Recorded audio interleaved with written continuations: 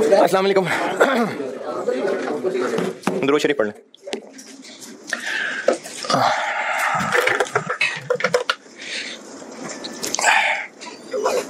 है? क्या हुआ? ऐसी दर्द है गर्दन। नहीं मैं सही चौकस हूँ बिल्कुल। सवाल मैंने एक कहा था कि आप कोशिश कर लें, नहीं तो मैं तो हाजिर हूँ। क्वांटिटी स्केजल,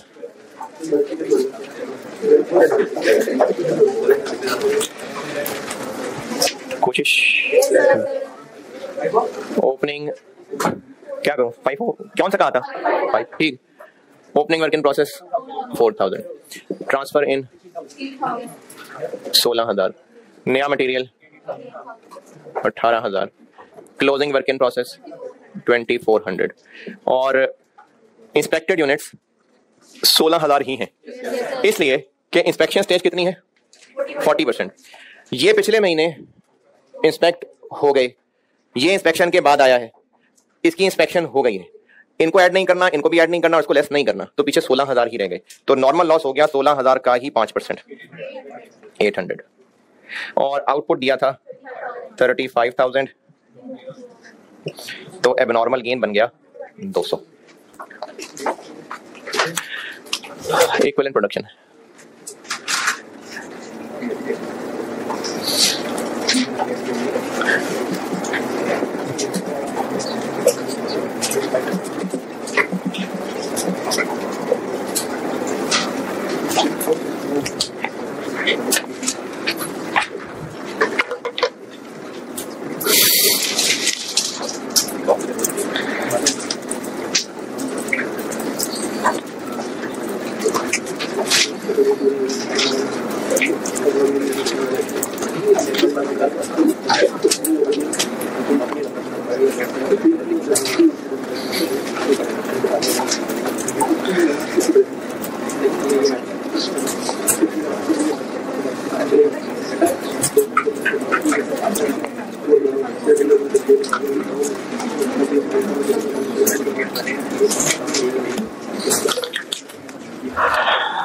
क्योंकि FIFO है तो ओपनिंग वर्क इन प्रोसेस, अच्छा ओपनिंग वर्क इन प्रोसेस को हमने इधर नहीं लिखना होता, और न्यू मटेरियल इस पे अब लगा के पहले लगा था, पहले लग गया था, तो वो भी यहाँ नहीं आएगा, तो पीछे रह गई कन्वर्जन 40 1600। Started and completed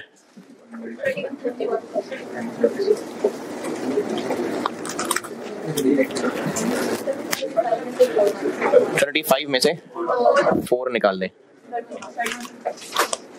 31। अब ये जी कहां पर? ये पिछले महीने लग गया था ना इस पे।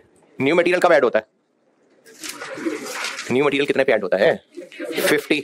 तो ओपनिंग कितने % कंप्लीट है? तो पिछले महीने मसाला नहीं डल गया था इनमें? पिछले महीने डल गया था कि इस महीने डला है? पिछले महीने, तो इसलिए इस महीने इसमें यूनिट्स नहीं आए।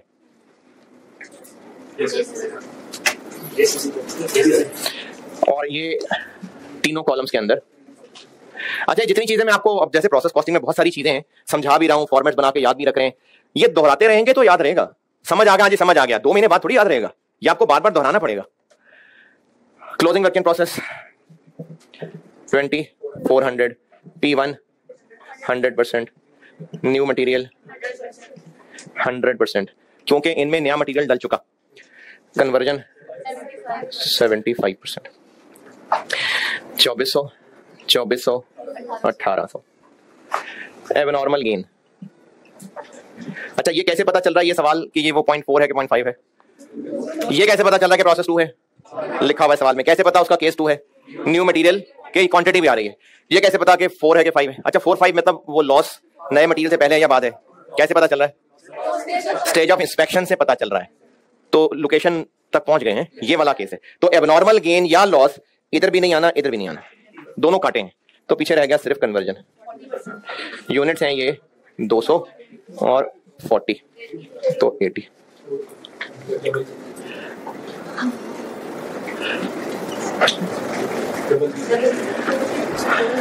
डबल 3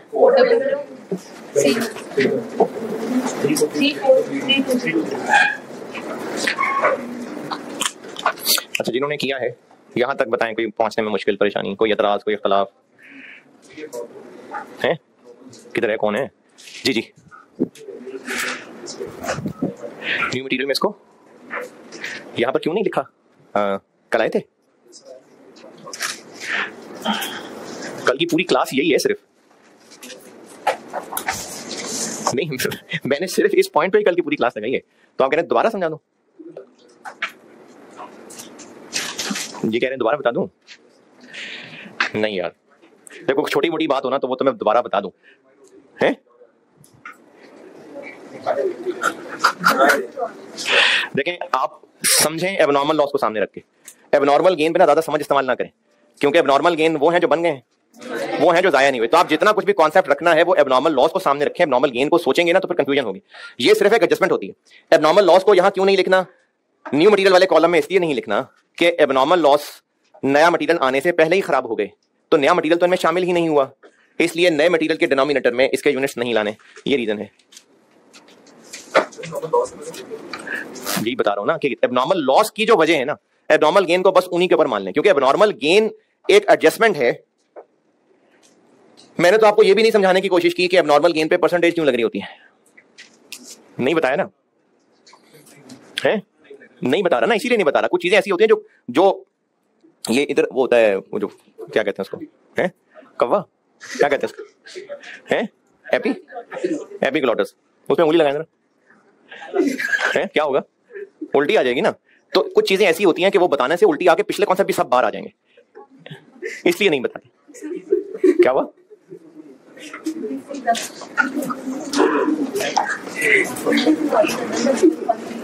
नहीं, मेरे पास और मिसाल भी थी, है पेट खराब वाली मिसाल भी है मेरे पास, तो मैं इसलिए वजह कुछ चीजों की नहीं बताता। EP, cost per unit. Cost per unit में P1 न्यू मटेरियल और कन्वर्जन, और चूंकि FIFO है इसलिए हमने सिर्फ करंट पीरियड कॉस्ट को लिखना है। ये तो जो गिवन है वही लिखनी है, 450, 670, लेकिन ये हमने वो 480 नहीं लिखनी। यहां पर हमने 3 लाख नहीं लिखना, 262,500 लिखना है। कौन सा 262,500? तो वो कैसे निकालना है उसके लिए चाहे वर्किंग कह दें चाहे ये मकड़ी से पूछ लेते हैं।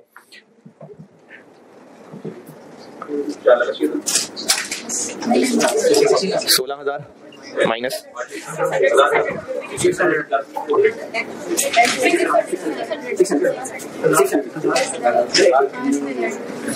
1,000 कैसे?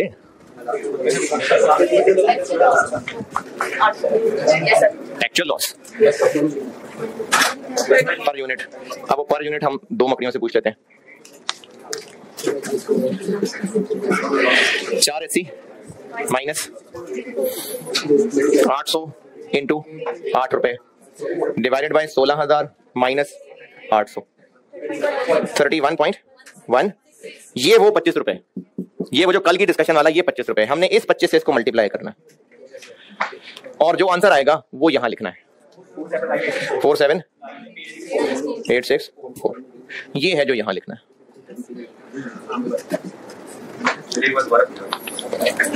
क्या दोबारा समझा दूं?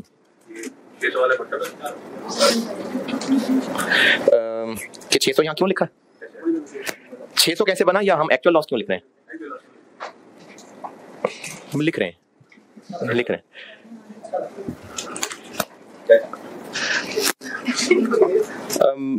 बस, उल्टी आ जाएगी वरना ज्यादा हो जाएगा। देखें, आप लोगों को मैं पहले ही काफी सारा नॉलेज दे रहा हूं ना, तो अगर किसी चीजों पे रुक जाता हूं तो वो इसलिए नहीं रुकता कि मुझे नहीं पता, आपके फायदे के लिए रुकता हूं। जो मुझे वाकई नहीं पता होती ना, मैं वो बड़े खुल के कहता हूं ये मुझे नहीं पता इसकी वजह। तो इसलिए अगर कोई चीज नहीं ले जा रहा किसी रास्ते में, आपको कहीं नहीं जाने का कह रहा, तो फिर मुश्किल हो जाएगी जाएंगे। तो इसलिए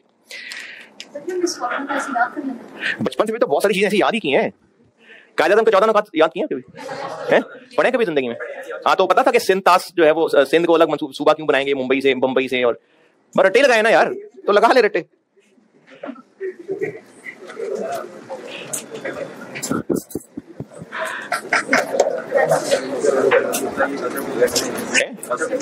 बाकी सारा तो आ ही गया ना, सारा ना, बाकी तो सारा ही कॉन्सेप्ट आ ही गया है, बाकी तो सब पता है, बस सिर्फ यही है जो नहीं पता।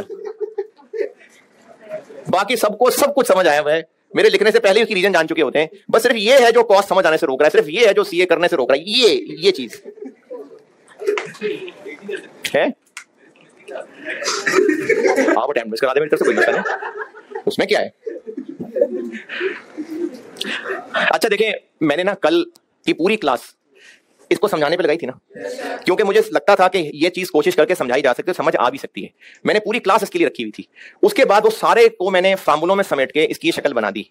अब उसके बाद अगर आप इस फार्मूले को भी मुझसे खुलवाएंगे कि यहां पर क्यों लिखा है, तो अच्छा चल ठीक है, जिसको वाकई शौक होना जानने का मुझसे वो अलग से पूछना, ठीक है, इस फीस में शामिल नहीं है।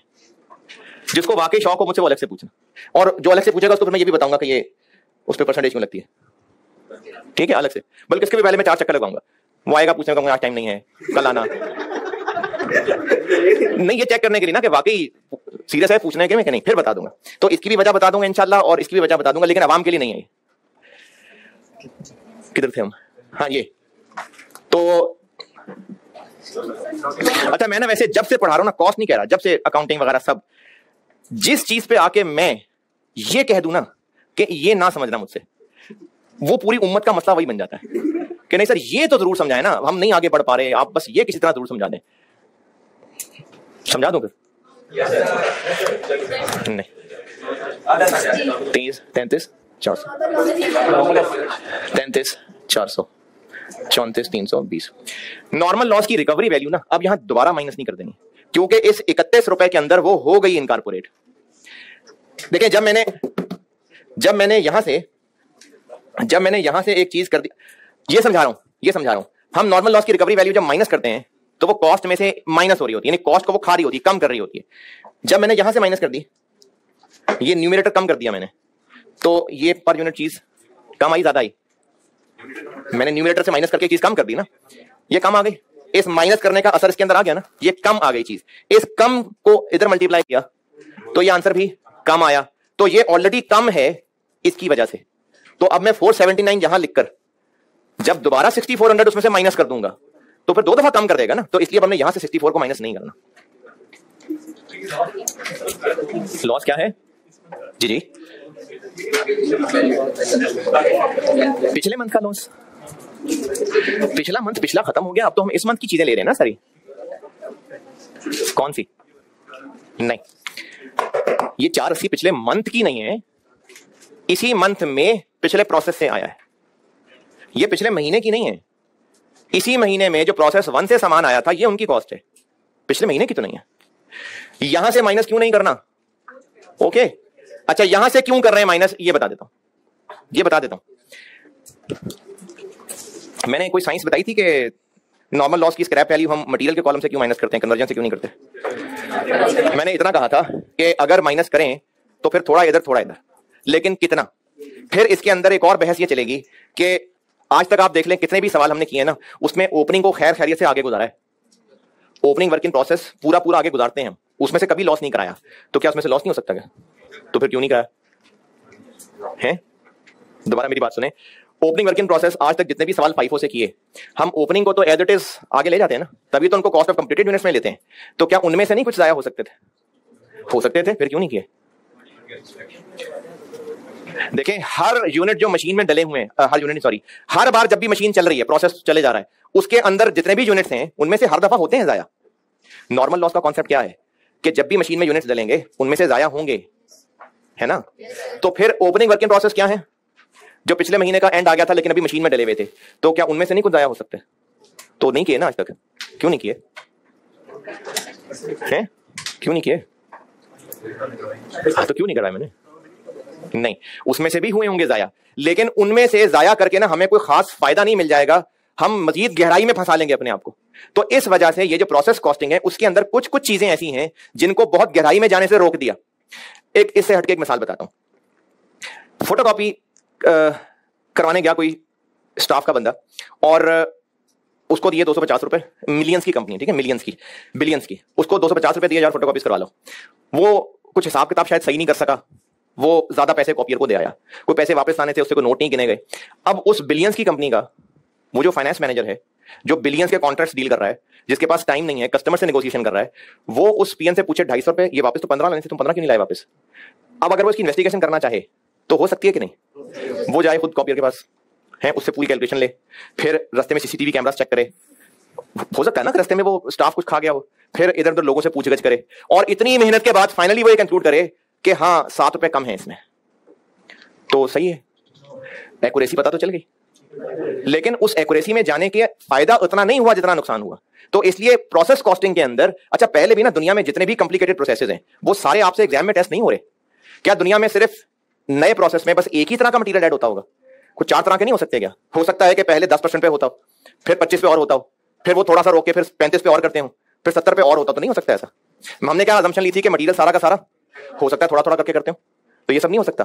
तो एग्जाम लेवल के ऊपर एक तो बहुत ज्यादा कॉम्प्लिकेटेड चीजें नहीं होती हैं। दूसरा, जिन्होंने भी प्रोसेस कॉस्टिंग, अच्छा इस पे स्टैंडर्ड नहीं बन सके कॉस्ट अकाउंटिंग पे, क्योंकि बिजनेस की मर्जी के वो किस कॉन्सेप्ट में कितना गहरा उतरना चाहता है।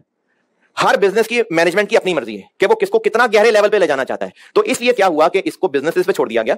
कॉस्ट अकाउंटिंग के कुछ बुजुर्गों ने जो भी कॉन्सेप्ट किताबें लिखी, उन्होंने एक लेवल तक आके लिखी और ये कहा कि अच्छा इनके लिए इतनी गहराई में जाने की जरूरत नहीं है। तो नॉर्मल लॉस की रिकवरी को मटेरियल में से कितना माइनस करना है, कन्वर्जन में से कितना करना है, इस पे ज्यादा गहराई में नहीं जाने की जरूरत।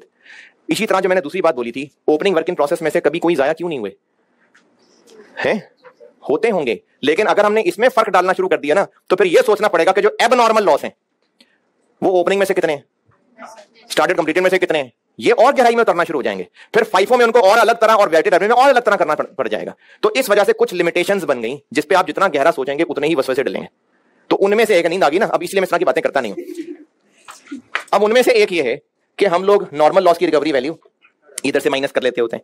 इसी तरह से ये वाला जो काम किया, इसकी एक मसलहत ये है कि P1 से निकल के गए थे 16,000 कितने रुपए वाले, 4,80,000 वाले, प्रोसेस 2 में आए। अब जब प्रोसेस 2 में आए तो इधर से नॉर्मल लॉस 800, नया मटेरियल डलने से पहले या उसके बाद, नया मटेरियल आने से पहले या बाद? चूंकि नया मटेरियल आने से पहले ना, तो बुजुर्गों ने कहा यार अपना गंद जो है ना पीछे सब, तुम ऐसे समझो कि ये जैसे इस कमरे में आने का कॉरिडोर है, तुम समझो ये 800 यहीं गिर गए थे, 800 यहीं गिर गए थे, आए ही वहां 15,200। अब जब ये 15,200 ही वहां आए तो अब एक कितने का है, 4,80,000 डिवाइडेड बाय ये मैंने इधर 15,200 किया। और अगर हम इन 800 का यहीं गिरना इधर कमरे से बाहर, प्रोसेस 2 से बाहर डील कर रहे हैं, तो ये 800 अगर मरते मरते कुछ दे जाएंगे तो उनकी रिकवरी वैल्यू इधर से माइनस कर लें। प्रोसेस 2 से हम इस गंद को बाहर रखना चाह रहे हैं तो इधर से माइनस कर लेना, ये इधर से माइनस कर लिया। ओके अच्छा, अब ये बात फौरन दिमाग से निकाल दें, फौरन डिलीट कर दें, क्योंकि ये बात मैं इसलिए नहीं बताया करता कि अब आप समझेंगे अच्छा हमने फिर सर यहां 16,000 क्यों लिखा है, हम 15,200 क्यों ना लिख लें। इसलिए नहीं बताता बहुत सारी बातें, और बस जो नहीं बता रहा होता उसी पे कौन मर जाती है।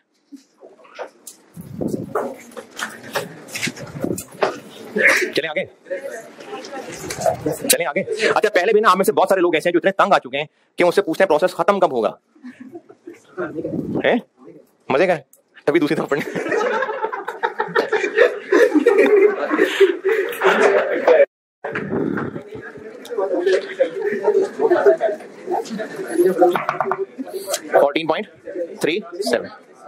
अच्छा चलिए बस इसको कंप्लीट करें ना, मैंने अगला केस भी पढ़ाना है आपको।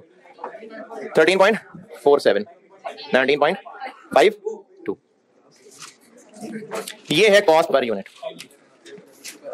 जिन्होंने किया है सही किया, क्या हुआ, ठीक है जी जी,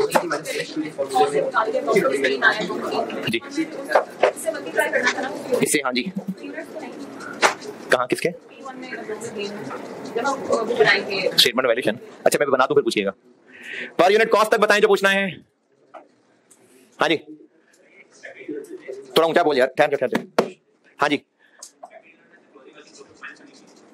क्योंकि ये इंस्पेक्ट हो गए हैं ना, तो इंस्पेक्ट ना हुए होते तो हम क्लोजिंग को माइनस करते हैं।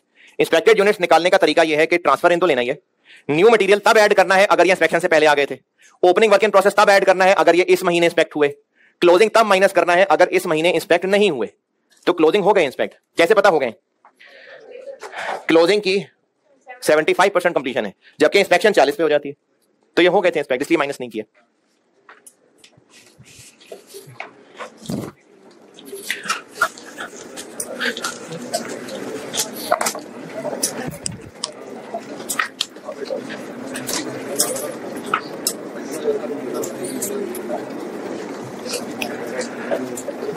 स्टेटमेंट ऑफ इवैल्यूएशन,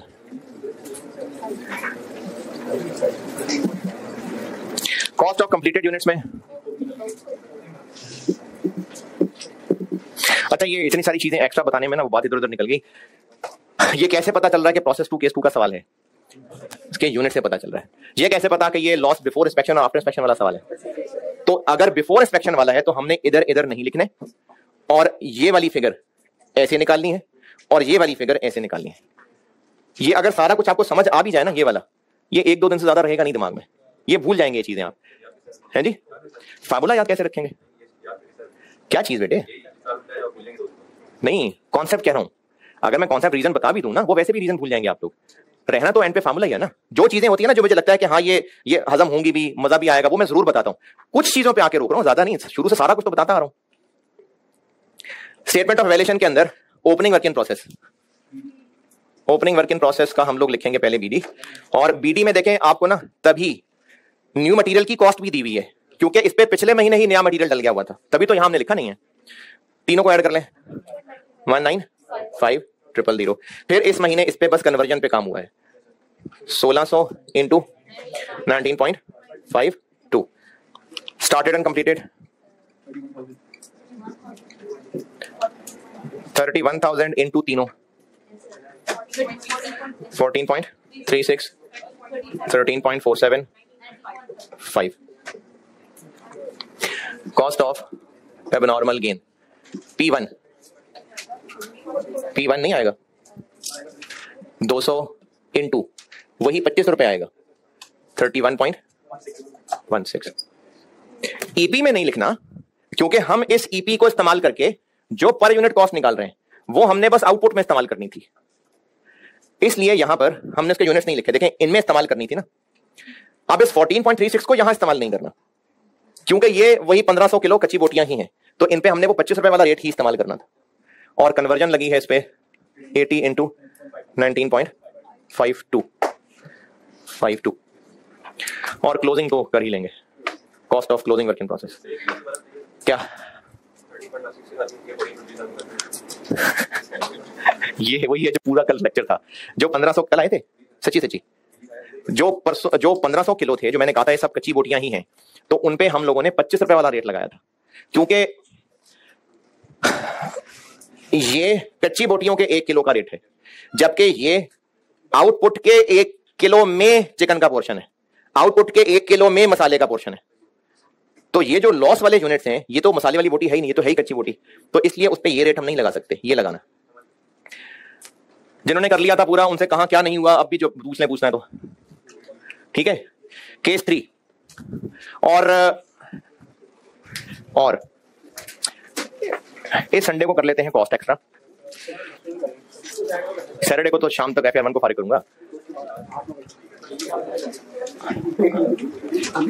अच्छा संडे को जब एक्स्ट्रा क्लास होगी तो वो डबल ही होगी, और उसमें प्रोसेस कॉस्टिंग नहीं, एक और चैप्टर कराऊंगा, एक और नहीं 2 और, हाँ वो 1 दिन वाले होंगे, हाँ जी ऐसे ही है, लेकिन वो कराने हेल्पफुल हैं प्रोसेस के लिए, वो हेल्पफुल होंगे, तो है वो सेपरेट, इसलिए संडे को वो भड़का दूंगा।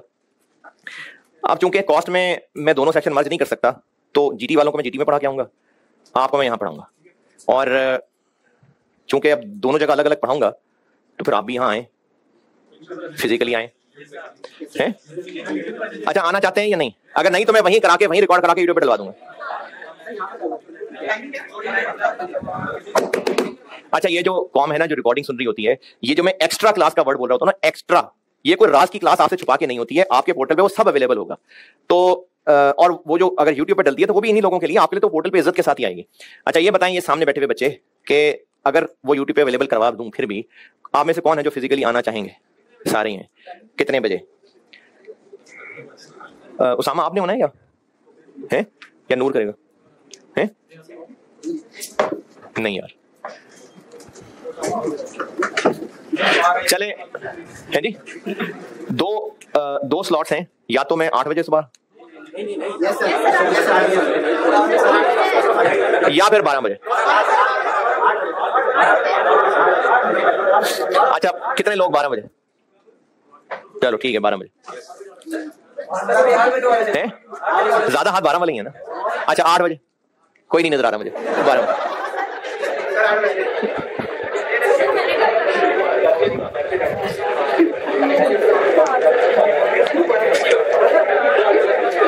अच्छा, मैं आईटी वालों से पूछ के कि रिकॉर्डिंग कौन करेगा, कहां करेगा, उसके हिसाब से बताऊं, क्योंकि 8 और 12 दोनों वाली कॉम अवेलेबल है ना। हाँ, तो मैं आपको कल आईटी वालों से पूछ के ना कल टाइम कंफर्म कर दूंगा। क्या जी? हाँ तो है ना, ऐसे ही है।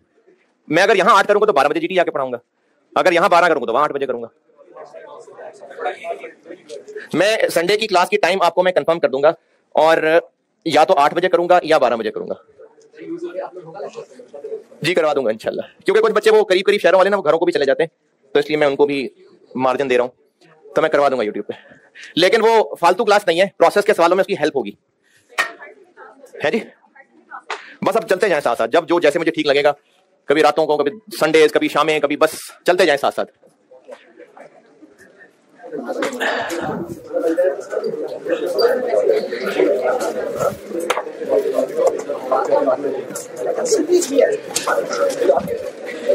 हाँ जी, बस आखिरी है।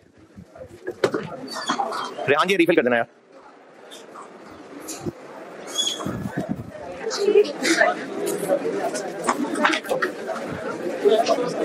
ये प्रोसेस 2 बस लास्ट है। अच्छा, ये जितने केसेस जैसे ना, ये सारे मैंने ही स्ट्रक्चर किया हुआ है, तो ये जिन बच्चों को बुक रीडिंग का भी शौक होता है और वो चाहें कि ये आईकैप की बुक भी रीड करनी है, तो मैं जब टॉपिक पूरा कंप्लीट करा लूं ना, उसके बाद किसी बुक को हाथ डालना, अगर किसी का शौक हो पढ़ने का, तो कंप्लीट करने के बाद।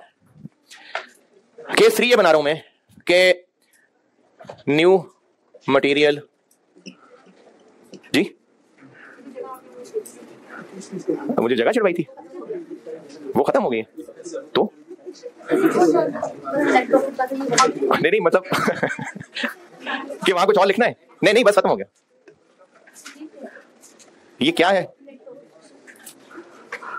प्रोसेस 2 पढ़ा रहा हूं। प्रोसेस 2 में मैंने केस 1 की हेडिंग दी, जिसमें यह किया था कि नया मटेरियल मजीद कोई नहीं आएगा। फिर इसका एक सवाल कराया, होमवर्क दिया। फिर मैंने केस 2 लिखा कि नया मटेरियल ऐड होगा और वो क्वांटिटी भी लेके आएगा, जिस पे काफी सारी मेहनत करके सवाल भी कराया। और आज का एक होमवर्क है, एक कल का होमवर्क होगा। आज वाला होमवर्क है स्प्रिंग 2022। स्प्रिंग 2022 मेरी बुक में पेज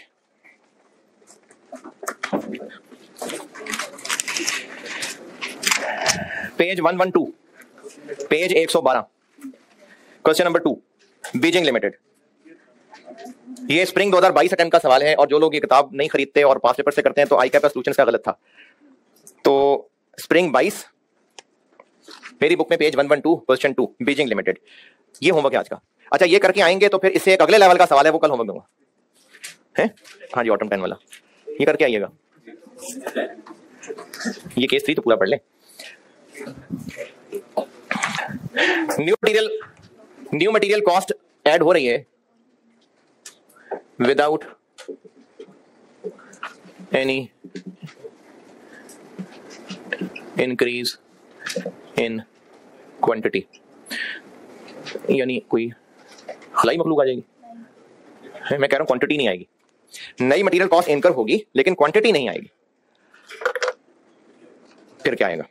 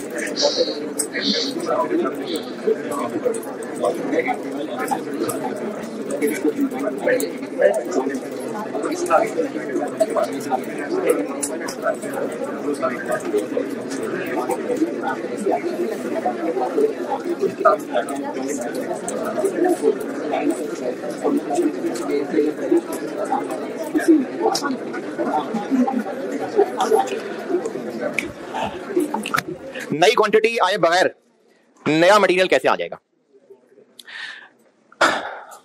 अब तक हमने जितने सवाल किए ना प्रोसेस कॉस्टिंग में, और आगे भी जितने हैं, उनमें 99.99% ऐसे ही होगा कि इनपुट भी और आउटपुट भी सेम मेजरमेंट ऑफ क्वांटिटी है। जैसे अगर किसी सवाल में इनपुट केजीज हैं तो आउटपुट भी केजी ही है। इतने किलो दूध, इतने किलो चीनी, इतने किलो फलाना, इतने kilo is equal to kheer, इतने किलो दूध, इतने kilo flavour is equal to इतने किलो फ्लेवर्ड मिल्क, इतने किलो चिकन, इतने kilo masala is equal to इतने किलो मैरिनेटेड चिकन, इतने लीटर केमिकल ए, इतने litre chemical B is equal to इतने लीटर पेंट। तो जो अब तक हम सवाल कर रहे थे और इस चैप्टर में आगे भी जो सवाल हैं उनमें इनपुट और आउटपुट की मेजरमेंट एक जैसी है। ये बात समझ आई कि ऊपर से गई? लेकिन हम जब वेरिएंस एक टॉपिक पढ़ेंगे उसमें भी प्रोसेस मिक्स होगा, उसमें ऐसा नहीं होगा। कुछ सवालों में होगा, लेकिन ज्यादातर वो होगा जो मैं अब बताने लगा। ये भी बात फिर समझे। अब तक हमने जितने सवाल पढ़े थे उसमें इनपुट और आउटपुट की मेजरमेंट एक जैसी है। कभी किसी सवाल में केजी ले आता था, कभी किसी सवाल में जनरली बस यूनिट कह देता था, किसी सवाल में आप देखेंगे लीटर्स का वर्ड होगा। लेकिन ये जो अब चीज बताने लगा हूं ये उससे डिफरेंट है। और जो वेरिएंस एनालिसिस मैंने टॉपिक पढ़ाना है उसमें भी प्रोसेस मिक्स होता है, उसमें भी यही वाला काम हो रहा होगा। यही वाला क्या कि इनपुट और आउटपुट की क्वांटिटी मेजरमेंट डिफरेंट होगी। मिसाल से बताता हूं। अच्छा, ना मुझे कुर्सियां बनानी आती है ना आपको बनानी आती हैं, सिर्फ हम मिसाल ले लेते हैं। ये जिन चेयर्स पे आप बैठे हुए हैं ये बनाते हैं। प्रोसेस 1 में ये जो मेटल है सारा ये पाइप्स की शक्ल में होता होगा, उसी की कटिंग मिलके तो ये फर्नीचर वाले यूज करते हैं। तो इन्होंने क्या किया कि मेटल पाइप्स, ये जो चेयर्स आप बैठे हैं इनकी बात कर रहा हूं, वो मेटल पाइप्स इस प्रोसेस में इन हुए। मिसाल के तौर पे अच्छा, ये किस हिसाब से मिलते होंगे मुझे नहीं पता, आपको भी नहीं पता, चलो हम कह लेते हैं 10,000 किलो वजन के हिसाब से। फिर उसके बाद इस डिपार्टमेंट में इनकी हुई वेल्डिंग और कुर्सियों का स्ट्रक्चर बन गया, चेयर्स का ढांचा। अब वो जो स्ट्रक्चर है यानी कुर्सियों का ढांचा वो इस प्रोसेस से निकला और प्रोसेस 2 में आया। इस प्रोसेस में इसमें फोम और ये फैब्रिक ये ऐड हुआ। ये जो फैब्रिक होगा इसकी क्वांटिटी हो सकता है कि मैयर होती हो 2000 मीटर। ये फोम हो सकता है मैयर होता हो 250 पीसेस, कटे कटे पीसेस। फिर उसके बाद ये गदियां लग के, कपड़ा लग के, फिर ये प्रोसेस 3 में गए और यहां पर इनमें ये जो वुडन आर्म रेस्ट है ये साथ लग गया।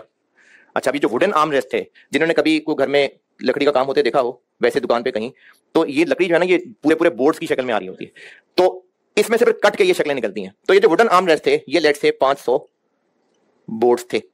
फिर कहीं जाकर फाइनली चेयर्स बनी है जी।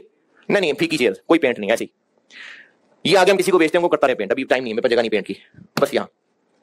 तो जब प्रोसेस 2 का क्वांटिटी स्केड्यूल बनेगा तो ट्रांसफर इन 10,000, न्यू मटेरियल 2,000 है, यानी क्वांटिटी स्केड्यूल बनाएंगे जिसमें प्रोसेस 2 के अंदर हम ट्रांसफर इन 10,000, फिर न्यू मटेरियल 2,000, न्यू मटेरियल 250।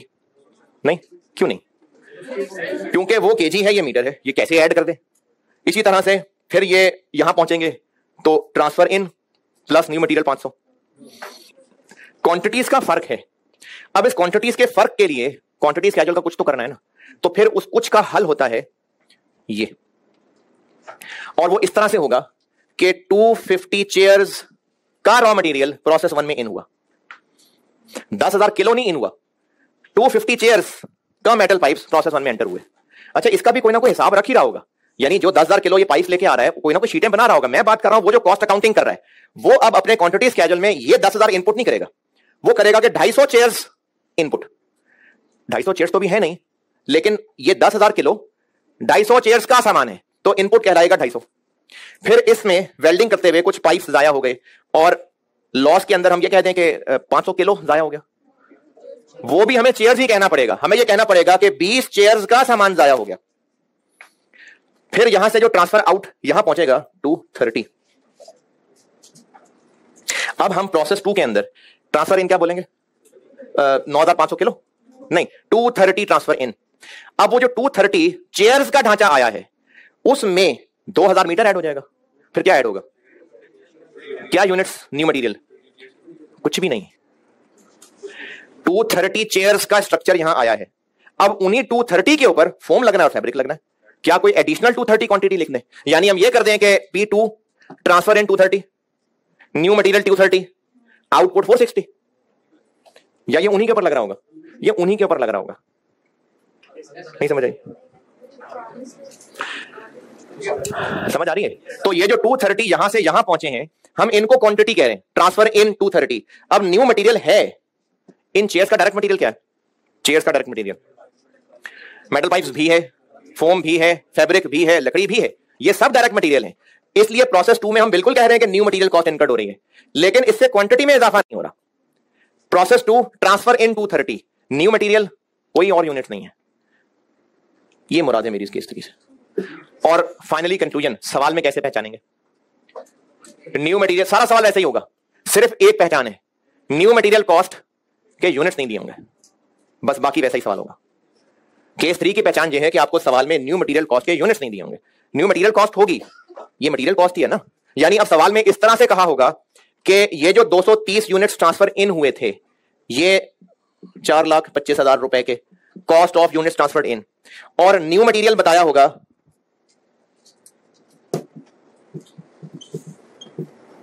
2,20,000 रुपए न्यू मटेरियल कॉस्ट। यूनिट्स कुछ भी नहीं। तो केस 3 की पहचान ये होगी कि आपको न्यू मटेरियल कॉस्ट तो दी होगी, लेकिन यूनिट्स उसके कोई नहीं होंगे। ये है इसकी कहानी। सवाल करना कैसे? सवाल बिल्कुल सब वैसे ही करना है जैसे केस 2 में किया है, बस इसमें आसानी ये है कि ये अब इशू ही नहीं रह गया कि जो यूनिट्स जाया हो रहे हैं वो कच्चा चिकन है या मसाले वाला चिकन है। ये यूनिट्स की मसला ही नहीं रह गया। अब बस वो चेयर है तो चेयर है। तो अब ये मसला पहले केस 2 से आसान है, यानी इसमें वो लॉसेज आफ्टर बिफोर वाली वो साइंस उस तरह से नहीं है। बाकी वैसे ही है, P1 column, new material column, conversion column, वो सब कुछ वैसे ही है। सिर्फ और सिर्फ एक आसानी ये है कि लॉसेज बिफोर और लॉसेज आफ्टर वाला मसला नहीं रह जाएगा। अच्छा, होंगे इसमें भी, यानी इस सवाल में भी ऐसा हो सकता है कि ये फैब्रिक कब ऐड हो रहा है? इंस्पेक्शन से पहले कि इंस्पेक्शन के बाद? ये वुडन आर्मरेस्ट कब ऐड हो रहा है? इंस्पेक्शन से पहले के बाद? ये हो सकता है, लेकिन वो मसला नहीं अराइज होगा, वो 25 रुपए वाला वो मसला अराइज नहीं होगा। क्योंकि वो मसला क्यों अराइज हो रहा था कि 1 किलो चिकन और 1 किलो मैरिनेटेड चिकन दो डिफरेंट चीजें थी, तो इसमें वो मसला नहीं आएगा। अदरवाइज सवाल वैसे ही सॉल्व होगा। अब इसकी आप ये जो मैंने यहाँ ये डायग्राम बनाई है, इससे अगर आप कुछ समझ पाए हैं तो अपने लिए कुछ ना कुछ लिखना जरूर, और ये जुमला जरूर लिखना कि केस 3 की सवाल में पहचान यही है कि न्यू मटेरियल कॉस्ट दी होगी लेकिन यूनिट्स उसमें नहीं होंगे।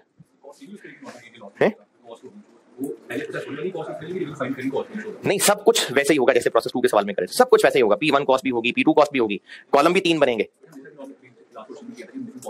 वो तो वही तो कह रहा हूं कि वो मसला यहां नहीं होगा। अब यानी अब ALAG के यूनिट्स P1 में आएंगे ही आएंगे।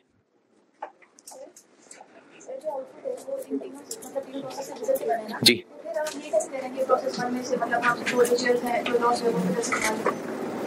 हम इस सारे प्रोसेसेस में जो क्वांटिटीज क्या जो ईपी में लेके चल रहे होंगे ना, वो चेयर्स की क्वांटिटी को लेके चल रहे होंगे। यानी हमने 250 चेयर्स का रॉ मटेरियल प्रोसेस 1 में एंटर किया, 20 चेयर्स का रॉ मटेरियल सड़ गया, 230 चेयर्स स्ट्रक्चर बनके यहां तक पहुंची, उन 230 चेयर्स के ऊपर ये फैब्रिक और फोम लग गया, फिर 230 चेयर्स यहां पहुंची, फिर जब आर्म रेस्ट लगा रहे थे तो उनमें से 10 चेयर्स टूट गई, फाइनली 220 चेयर्स बनके निकली हैं। यानी शुरू से हम जो क्वांटिटी चला रहे होंगे वो इस प्रोडक्ट की क्वांटिटी लेके चल रहे होंगे। ये लिखें, और ये जो 2-3 लाइनें ज़बानी बोली हैं उनमें भी ना कुछ लिखें अपने लिए।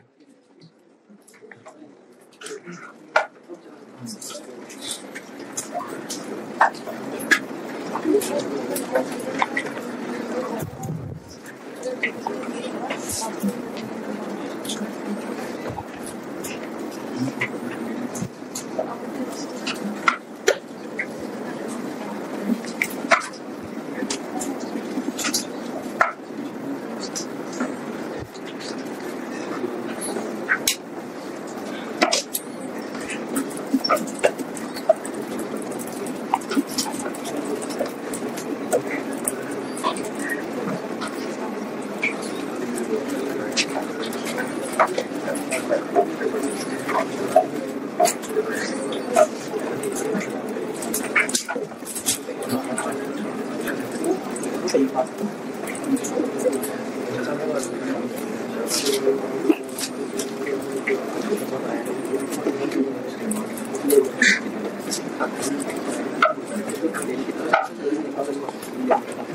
हो गई ना, ये छुट्टी नहीं, प्रोसेस कॉस्टिंग की बस होगी कह रहे। लेकिन अभी हैं क्लासेस, अभी तो मैंने जॉइंट और बाय प्रोडक्ट पढ़ा। ओए ओए ओए ओए, अभी तो एंट्रीज करानी है इसकी। है? नहीं नहीं नहीं, मिड से पहले हो जाएगा चला है। अच्छा मैं आपको ये बता दूं कि इस पे मैं वाकई ही बहुत टाइम लगाता हूं, और इसके बाद चैप्टर्स पे इतना इतना टाइम हम जरूर लगाते अगर पेपर साल बाद हुआ करते तो। ये मैं इंटेंशनली बहुत टाइम लगाता हूं क्योंकि इतनी डिटेल कैलकुलेशन पहले नहीं की हुई है आपने कोर्स के अंदर, इतनी गहराई में उतारना था, इसलिए मैं आपको बिल्कुल आराम आराम से और कई दिन लगाते, मैं इस पे बहुत सबसे ज्यादा टाइम इस पे लगाता हूं। लेकिन इसके बाद आप अगर ये एक्सपेक्ट करेंगे कि हर चैप्टर में इतना इतना टाइम लगेगा तो फिर आप ऑटम 24 प्लान कर रहे हैं। हमारी लिमिटेशन है टाइम की। ये मैं नहीं कह रहा कि टपा टपा के गुजर जाया करूंगा, ये मैंने नहीं कहा, समझाऊंगा इंशाल्लाह। मुश्किल से कोई एक दो चीजें आगे ऐसी आने वाली हैं, बल्कि शायद एक दो भी मैंने ज्यादा बोल दिया, शायद कोई नहीं आएगी जो मैं आपको रोक दूंगा कि नहीं इसका मैं वजह नहीं बता रहा, सब बता के चलूंगा। लेकिन हम इतनी गहराई में इतने ज्यादा टाइम, इतने ज्यादा सवाल चैप्टर के नहीं कर सकते, तो ज्यादा उम्मीदें ना लगाना कि नहीं सर आप बेशक हफ्ते में 15 क्लासें रख लें लेकिन आप उतना सवाल कराएं, नहीं हो सकता ये।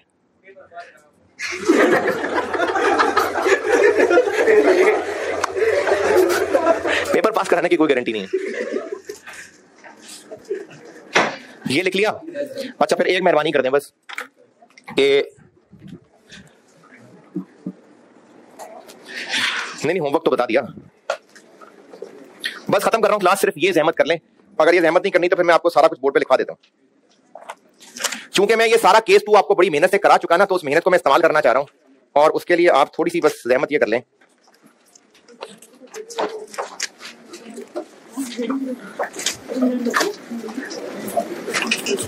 पेज 106 पे आए, पेज 106 और साथ 107 भी, पेज 106 107 पे आए।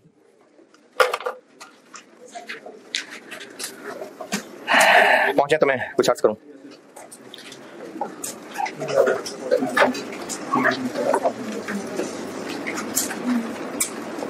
जी पहुंचे, 106 से शुरू करते हैं। 106 पे देखें मैंने ये 2.3 एक हेडिंग बनाई हुई है, तकरीबन मिड से नीचे 2.3 वो मैंने ये चीज बताई है, ठीक है। 2.3 मैंने बस लिखा कि प्रोसेस 2 और फिर आगे उसमें 3। अब इसमें देखें मैंने ना जो आपको पहले इक्विवेलेंट प्रोडक्शन में डिटेल से पॉइंट्स लिखवाए, फिर एक एक दो दो लिखवाए, फिर प्रैक्टिस कराई। अब चूंकि वो सारी मेहनत कर चुके हैं तो इसलिए मैं आपको एक ही पिक्चर में सारी बात बता रहा हूं। ये नीचे देखें मैंने वही जो आपको अलग अलग बातें बताई थी ना, सारी एक साथ छाप दी इक्विवेलेंट प्रोडक्शन के नाम से। देखें ओपनिंग वर्किंग प्रोसेस, देखें ये बात अब भी वही है कि P1 कॉलम में ओपनिंग के यूनिट्स नहीं आने। ये सवाल प्रोसेस 2 जैसा, केस 2 जैसा ही होगा, ये सवाल केस 2 जैसा ही होगा, सिर्फ लॉस में आके थोड़ी सी आसानी होने लगी है, वरना केस 2 जैसा ही है। ओपनिंग वर्किंग प्रोसेस अगर FIFO हुआ तो P1 कॉलम में काटा लगाते हैं ना, तो देखें यहां नहीं है, P1 डैश लगाया है मैंने। न्यू मटेरियल, हाँ जी नहीं लिखते, लिखते हैं कि अगर अब न्यू मटेरियल डला है या पिछले, तो सेम बात लिखी हुई है। कन्वर्जन ओपनिंग के सामने जैसे स्टेज ऑफ कंप्लीशन होती है, बिल्कुल वही बातें मैंने यहां लिखी हुई है। लिखी नजर वो आपको अगले पेज पे टेबल में नजर आएंगी। मैंने अगले पेज पे देखें एग्जाम नोट्स का एक टेबल बनाया हुआ है, ये पॉइंट 1 पढ़ लें, ये मैंने आपको सारा वही लिख के दिया जो P2 केस 2 में सिखा चुका हूं। जाग रही फॉर्म, मैंने जो अगले पेज पे डब्बा बना के एग्जाम नोट में पॉइंट 1 लिखा हुआ है, ये वही है जो ओपनिंग वर्किंग प्रोसेस केस 2 में कराया है। स्टार्टेड, कंप्लीटेड या कंप्लीटेड, उसमें क्या करते हैं, तीनों कॉलम में पूरा पूरा लिखते हैं ना, यहां भी ऐसे ही है। हाँ जी, क्लोजिंग में क्या करते हैं, P1 में लिखते हैं, कन्वर्जन में स्टेज ऑफ कंप्लीशन के मुताबिक, और न्यू मटेरियल अगर ऐड हुआ है तो सेम बात लिखी हुई है, सेम क्लोजिंग का भी लिखा हुआ है। ALAG में सिर्फ एक फर्क डला है, P1 में लिखना ही लिखना है, P1 कॉलम में देखें लिखना ही लिखना है। न्यू मटेरियल में अगर ये कपड़ा लगने से पहले ही दुनिया से चले गए थे तो न्यू मटेरियल वाले कॉलम में ALAG नहीं लिखने, अगर कपड़ा ऐड होने के बाद गए थे तो लिखने, और स्टेज ऑफ कंप्लीशन कन्वर्जन में जैसे पहले करते हैं। तो बिल्कुल प्रोसेस 2 के केस 2 जैसा ही होता है, ये बिल्कुल वैसा ही होता है, बस सिर्फ लॉस में एक आसानी ये है कि P1 में लिखना ही लिखना है, और न्यू मटेरियल के अंदर अगर नया मटेरियल डल गया तो ठीक है, नहीं तो नहीं, ठीक है। तो इसका एक सवाल एहतियातन इखलाकन मैं आपको कल वाली क्लास में करा के फिर मैं आपको इसकी एंट्रीज पढ़ाऊंगा, ठीक है जी। अल्लाह हाफिज।